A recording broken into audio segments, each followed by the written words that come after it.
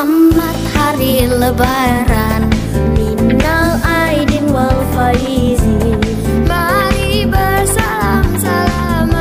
Assalamualaikum warahmatullahi wabarakatuh. Saya Dinda Olivia. Kali ini saya akan menjelaskan tentang pengertian liliopsida. Nah, liliopsida memiliki akar yang berserat, kemudian sejajar atau melengkung dengan tulang daun. Kemudian, batangnya tidak berkambium, tidak bercabang, tetapi memiliki persendian. Bagian bunga memiliki 3 kelipatan. Semuanya liliopsida adalah semua suku liliopsida yaitu monokotil atau yang disebut dengan biji tunggal atau biji satu. Kemudian,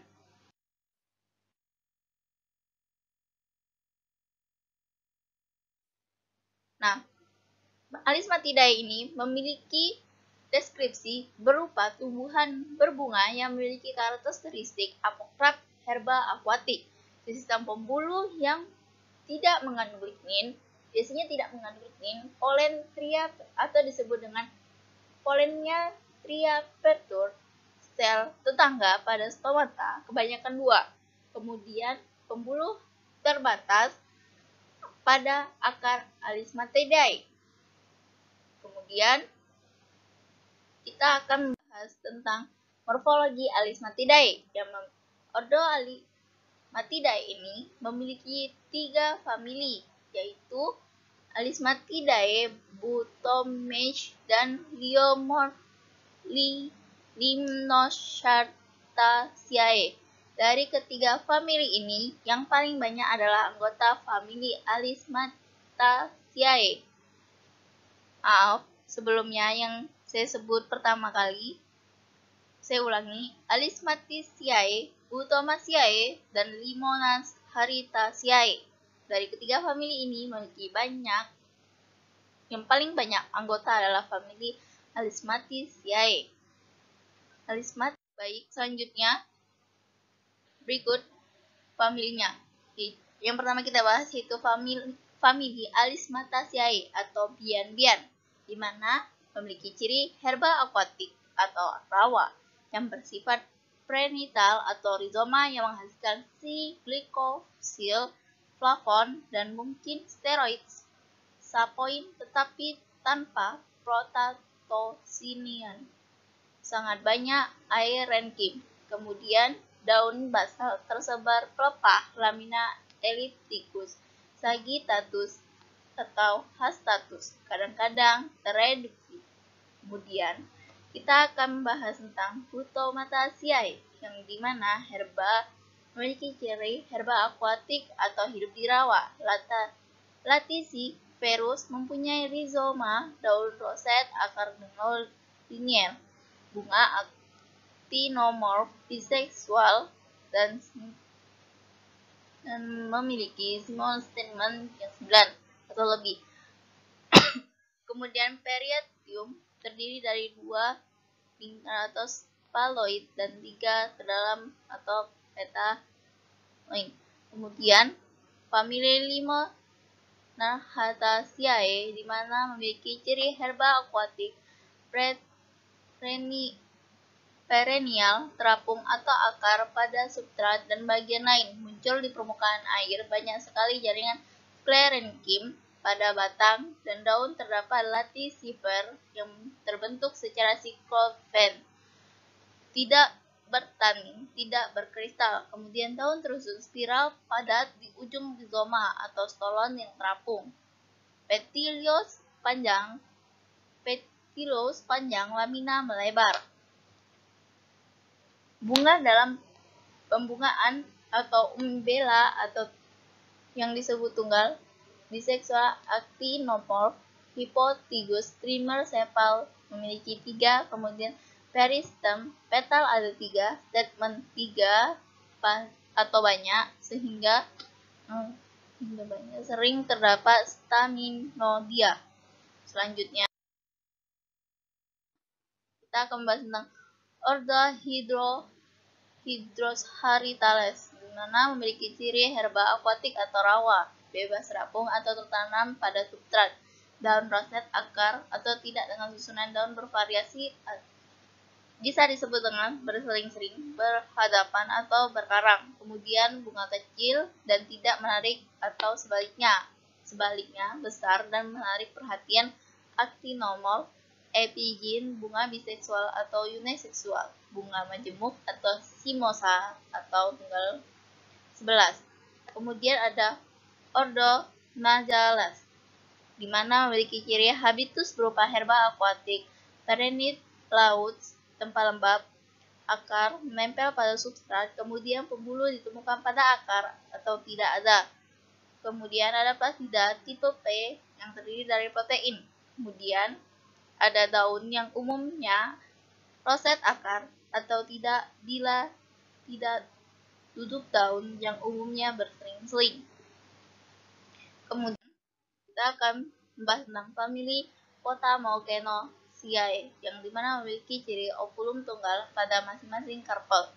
Kemudian duduk daun, tidak roset akar, berbunga bermacam-macam bunga sempurna, tempelnya memiliki 4, termennya 4. Kemudian polen atau globosa adalah dan merupakan tumbuhan di air yang bersih. Contohnya Potamogeton spesies. Baik, hanya ini yang bisa saya sampaikan. Terima kasih. Assalamualaikum warahmatullahi wabarakatuh teman-teman. Di sini saya akan melanjutkan presentasi dari rekan saya. Saya akan menjelaskan mengenai Ordo Theodales, di mana habitat yang terdapat pada Ordo Theodales ini berupa herba akuatik kecil mikroskopik tanpa klorofil, kemudian berkas pembuluhnya dalam lingkaran sederhana. Daunnya tereduksi sampai ke berbentuk sisik. Kita lanjut ya. Salah satu famili yang terdapat pada Ordo Theodales yaitu ada Petrosaphisiae, di mana karpel berjumlah 6-50 masing-masing dengan satu ovulum yang letaknya basilis atau biji tunggal. Kemudian bunganya uniseksual dengan tepal 3-10 dalam satu lingkaran. Contohnya teman-teman bisa lihat sendiri, yaitu ada Petrosaphina. Kita lanjut ya. Kedua, famili Triudiceae, di mana yang membedakan dengan famili sebelumnya yaitu karpelnya berjumlah 3 dengan letak ovulumnya pada masing-masing karpel. Kemudian bijinya banyak, bunganya sempurna dengan tepal 6 dalam 2 lingkaran masing-masing 3. Contohnya bisa lihat yaitu ada Sciapilla albescens. Kita lanjut, struktur Alismatidae. Yang pertama, tumbuhan dengan biji tanpa endosperm dan ada yang berendosperm serta berkeping satu atau monokotil. Kemudian yang kedua, tumbuhan air semi air tidak mikroskopik dan ada tumbuhan yang teresentrial dengan tanpa klorofil, tumbuhan dengan biji tanpa endosperm dan ada yang berendosperm serta berkeping satu atau monokotil.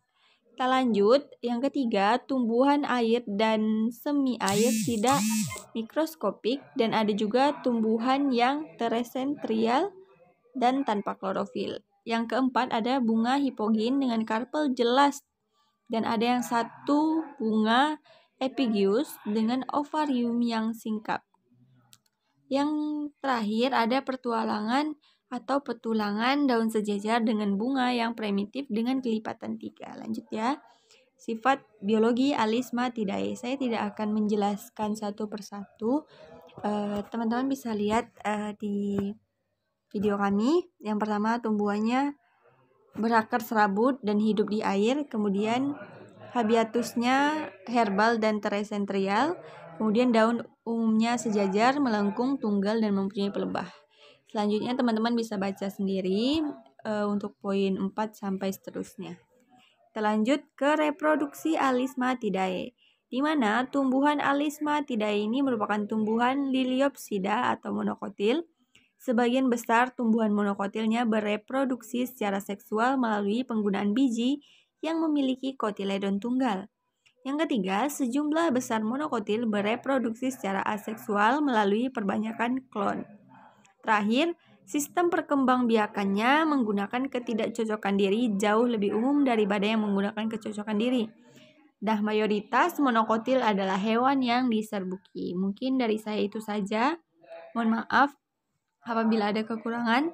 Sekian, terima kasih. Bismillahirrahmanirrahim. Assalamualaikum warahmatullahi wabarakatuh. Perkenalkan, nama saya Nurhaliza. Di sini saya akan menjelaskan mengenai taksonomi Alismatidae.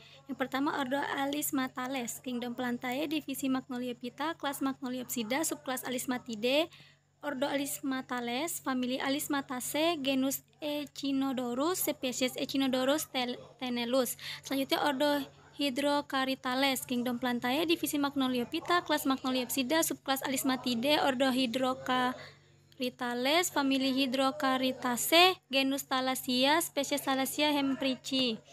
Selanjutnya ordo Najales, kingdom Plantae, divisi Magnoliophyta, subkelas Magnoliopsida, subkelas Alismatidae, ordo Najales, famili Aponogetonaceae, genus Aponogeton, spesies Aponogeton echinatus. Ordo Triudales, kingdom Plantae, divisi Magnoliophyta, kelas Magnoliopsida, subkelas Alismatidae, ordo Triudales, famili Petrosaviaceae, genus Japonolirion, spesies Japonolirion osense. Selanjutnya peranan Alismatidae. Yang pertama, genjer sebagai bahan sayuran, bisa dimakan. Yang kedua, sering digunakan sebagai bahan percobaan pada bidang studi biologi karena beberapa keunggulannya. Contoh spesiesnya itu Hydrilla vallisneria.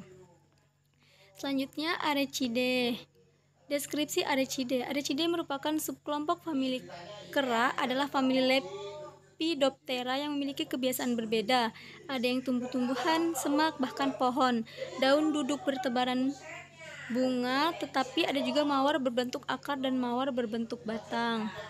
Selanjutnya morfologi Arecidae. Yang pertama, ordo Arecales, hanya memiliki satu famili, yaitu Arecaceae. Famili Arecaceae atau pinang-pinangan. Ciri-cirinya yang pertama, pohon biasanya tidak bercabang, perdu atau memanjat dengan daun-daun di ujung batang seperti mahkota. Batang bisa tinggi lebih dari 30 meter atau sangat pendek. Yang kedua, tumbuhan umumnya mengandung kristal rafida, mengakumulasi silika dan berbagai polifenol. Sangat sering mempunyai sel-sel atau saluran-saluran bertanin yang menghasilkan proantosianin. Selanjutnya ordo Pandanales. Ordo Pandanales hanya memiliki satu famili, yaitu Pandanaceae. Famili Pandanaceae atau pandan-pandan dan ciri-cirinya yang pertama, pohon, perdu atau liana sering dengan akar tunjang atau akar udara, tidak mengakumulasi silika tetapi dengan rafida yang tumbuh baik biasanya dalam ikatan pada sel-sel berlendir. Yang kedua, berbagai bentuk kristal kalsium oksalat juga terdapat dalam idioblas yang tersebar.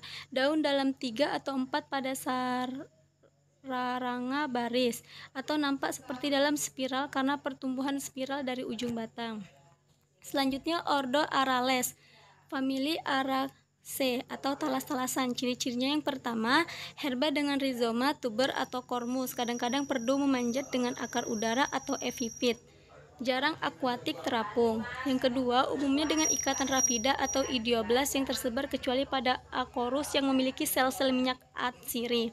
Yang ketiga, sering sianogenik atau derivat tirosin, kadang-kadang bersaponin, sering dengan proantosianin dan kadang-kadang dengan alkaloid. Selanjutnya, famili Lemnaceae. Ciri-cirinya yang pertama, herba kecil atau sangat kecil terapung di air tawar serupa talus, tidak berakar atau sampai beberapa akar tidak bercabang, tidak mempunyai silem atau pada spirodela dengan trake di akarnya. Yang kedua, ada atau tidak ada rafida, kadang-kadang mengakumulasi mangan dan kadang-kadang tersebar sel-sel bertanin. Yang ketiga, tumbuhan bulat berbentuk lensa. Selanjutnya ordo Cyclanthales. Yang pertama, ciri-cirinya terna almatel dengan habitus mirip palma, batang pendek atau tidak ada, kadang-kadang memanjat dan menjadi setengah epifit, mempunyai getah seperti susu atau cair. Yang kedua, berbagai sifat mengingatkan kepada palma dalam hal-hal lain seperti Araceae. Daun berbentuk kipas seperti pada palma kipas, bertepi rata, berlekuk atau berbagi dua. Masing-masing bagian dapat menjadi upih, duduk daun tersebar atau berseling dalam 2 baris. Selanjutnya, bunga berkelamin tunggal berumah satu, tersusun sebagai tongkol yang mempunyai 2-6 seludang yang mudah runtuh. Sekian yang dapat saya sampaikan. Wassalamualaikum warahmatullahi wabarakatuh. Assalamualaikum warahmatullahi wabarakatuh. Saya Liliana Handayani.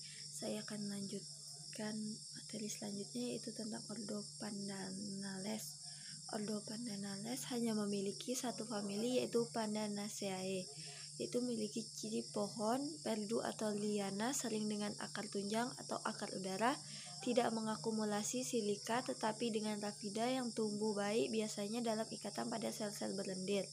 Berbagai bentuk kristal kalsium oksalat juga terdapat dalam ideoblas yang tersebar daun dalam 3 atau 4 pada serangga baris atau nampak seperti dalam spiral karena pertumbuhan spiral dari ujung batang. Selanjutnya yaitu ordo Arales, memiliki famili Araceae atau talas-talasan. Ciri-cirinya herba dengan rizoma, tuber atau kormus, kadang-kadang perdu, memanjat dengan akar udara atau epifit, jarang akuatik, terapung. Umumnya dengan ikatan rafida atau idioblas yang tersebar kecuali pada akorus yang memiliki sel-sel minyak atsiri. Sering sianogenetik atau derivat tirosin, kadang-kadang bersaponin, sering dengan protosianin dan kadang-kadang dengan alkaloid.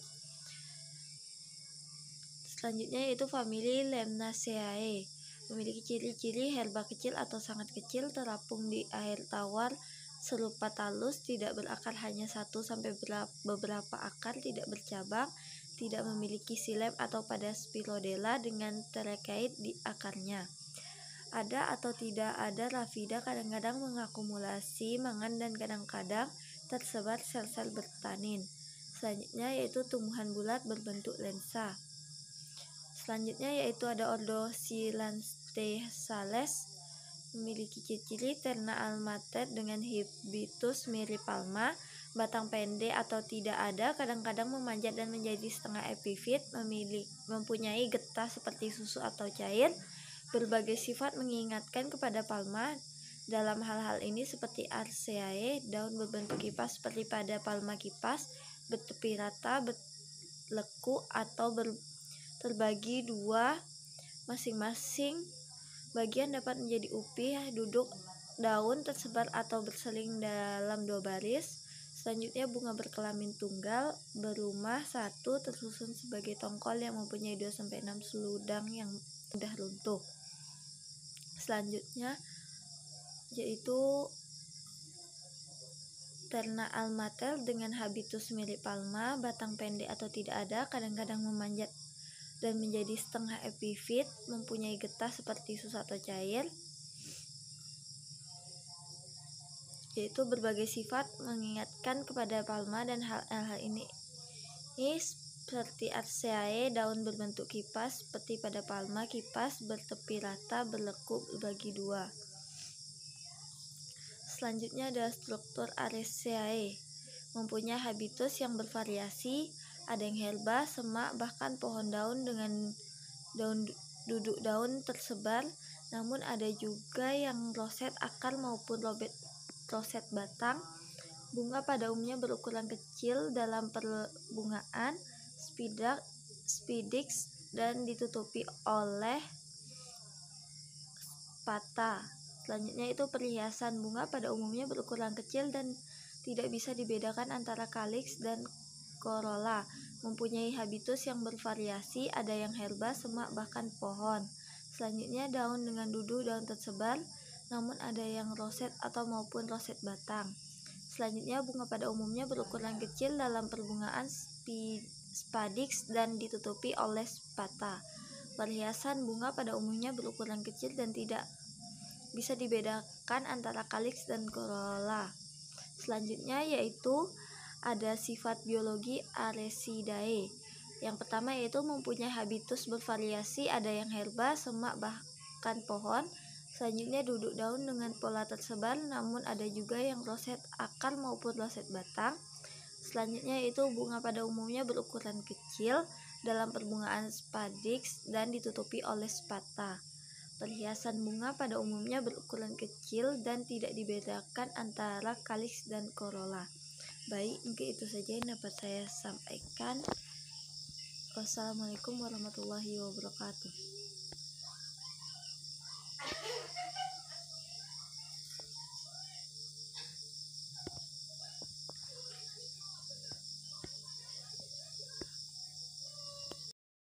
Assalamualaikum warahmatullahi wabarakatuh. Di sini Novan akan mencoba untuk melanjutkan pembahasan materi kami yang terakhir terkait reproduksi dari Arecidae dan taksonomi dari Arecidae. Baik, langsung saja. Arecidae juga termasuk tumbuhan Liliopsida atau monokotil. Sebagian besar tumbuhan monokotil bereproduksi secara seksual melalui penggunaan biji yang memiliki kotiledon tunggal atau satu. Namun sejumlah besar monokotil bereproduksi secara seksual melalui perbanyakan klon. Sistem perkembangbiakan yang menggunakan ketidakcocokan diri jauh lebih umum daripada yang menggunakan kecocokan diri. Kemudian taksonomi dari Arecidae. Yang pertama ada Ordo Arecales, Kingdom Plantae, divisi Magnoliophyta, kelas Magnoliopsida, subkelas Arecidae. Kemudian Ordo Arecales, famili Arecaceae, genus Cyrtostachys, spesiesnya Cyrtostachys renda. Kemudian ada Ordo Pandanales, ordonya Pandanales, familinya Pandanaceae, genus Pandanus, spesies Pandanus amarylifolius. Kemudian ada Ordo Arales, di mana ordonya itu Arales, kemudian familinya Araceae, genus Anthurium, spesiesnya Anthurium crystallinum. Kemudian ada juga Ordo Cyclanthales, di mana ordonya Cyclanthales, familia Cyclanthaceae, genusnya Carludovica, spesies Carludovica palmata. Di sini ada gambarnya, teman-teman bisa lihat ya. Kemudian juga ada gambarnya. Baik, kita lanjutkan ke peranan dari Arecidae. Nah, suku Cyoraceae dapat digunakan sebagai bahan kertas, rumah tanaman hias, dan sebagai obat. Contohnya pada rumput teki secara tradisional. Kemudian manfaat dari suku Commelinaceae yaitu sebagai tanaman hias dan dapat digunakan sebagai obat. Contohnya pada Oreodiscala. Mungkin itu saja. Sekian, terima kasih.